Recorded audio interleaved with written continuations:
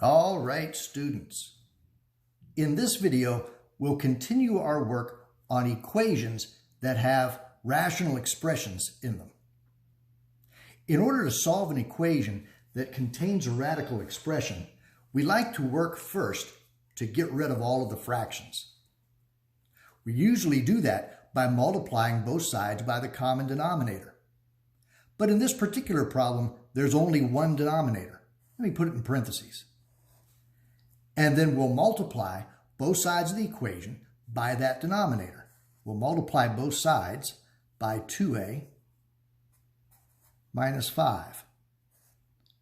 Of course, if I multiply one side by 2a minus 5, I must multiply both sides by 2a minus 5. Now, watch what happens. On the left-hand side, the 2a minus 5 in the bottom perfectly cancels the 2a minus 5 in the top, leaving just the 3. On the right-hand side, we'll take this negative 1 and distribute. Negative 1 times 2a, negative 1 times negative 5. There's negative 1 times 2a, and negative 1 times negative 5 is positive 5. That looks like a much friendlier equation to solve, and the answer to this equation is the same as the answer to our original equation. Let's get the 2a by itself by getting rid of 5. The inverse of addition is subtraction. Positive 5 and negative 5 is 0. Copy the negative 2a. 3 minus 5 is negative 2. Now get a by itself by dividing by negative 2.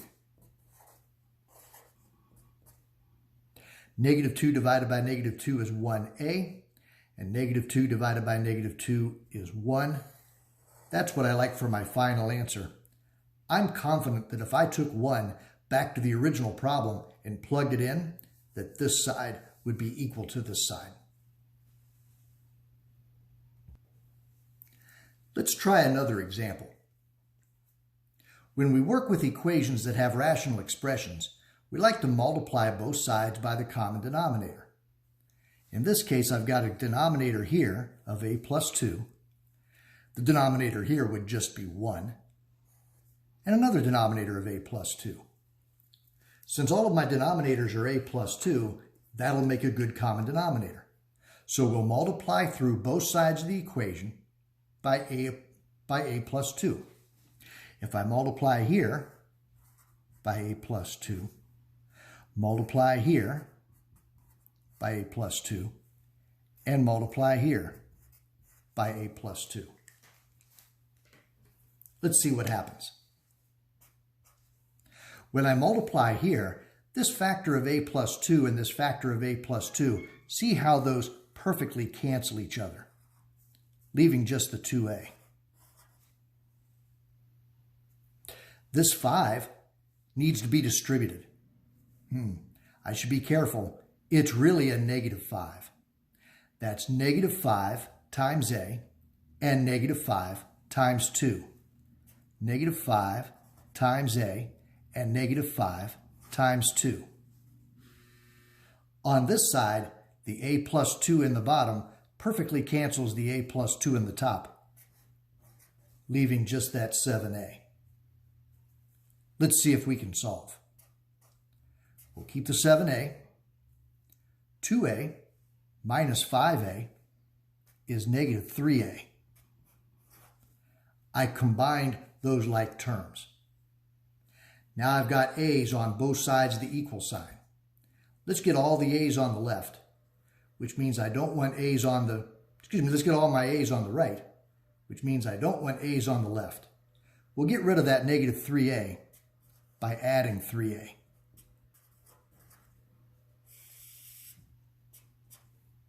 Negative 3a and positive 3a is 0. Copy the negative 10. 7a plus 3a is 10a. Now divide. 10 divided by 10 is 1a, and negative 10 divided by 10 is negative 1. I'm sure if I took negative 1 and plugged it in there and there, that this would be a true statement. Let's try that process one more time. Be aware on this one, though, there's a bit of a twist at the end. Here we go. Our job is to solve for m, but first we'd like to get rid of the denominators.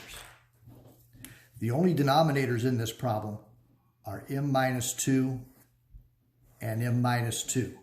So my common denominator is just that, m minus 2. We'll multiply here by m minus 2.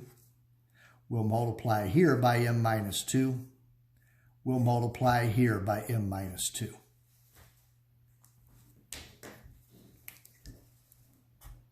And here's what we'll have left. When I multiply here, the m minus 2 in the bottom perfectly cancels the m minus 2 in the top, leaving just the 2m. Here I'll need to take this 4 and distribute. But don't forget, it's actually a negative 4. It's negative 4 times m, and it's negative 4 times negative 2. On the right side of the equal sign, this m minus 2 in the bottom perfectly cancels that m minus 2 in the top, leaving 4. Let me copy and combine like terms on this side of the equal sign. 2m minus 4m is negative 2m. Now we'll get rid of the 8. The inverse of addition is subtraction.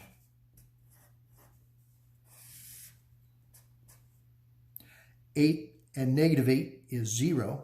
Copy the negative 2m. Positive 4 and negative 8 is negative 4. And when I divide, it appears that my final answer is 2.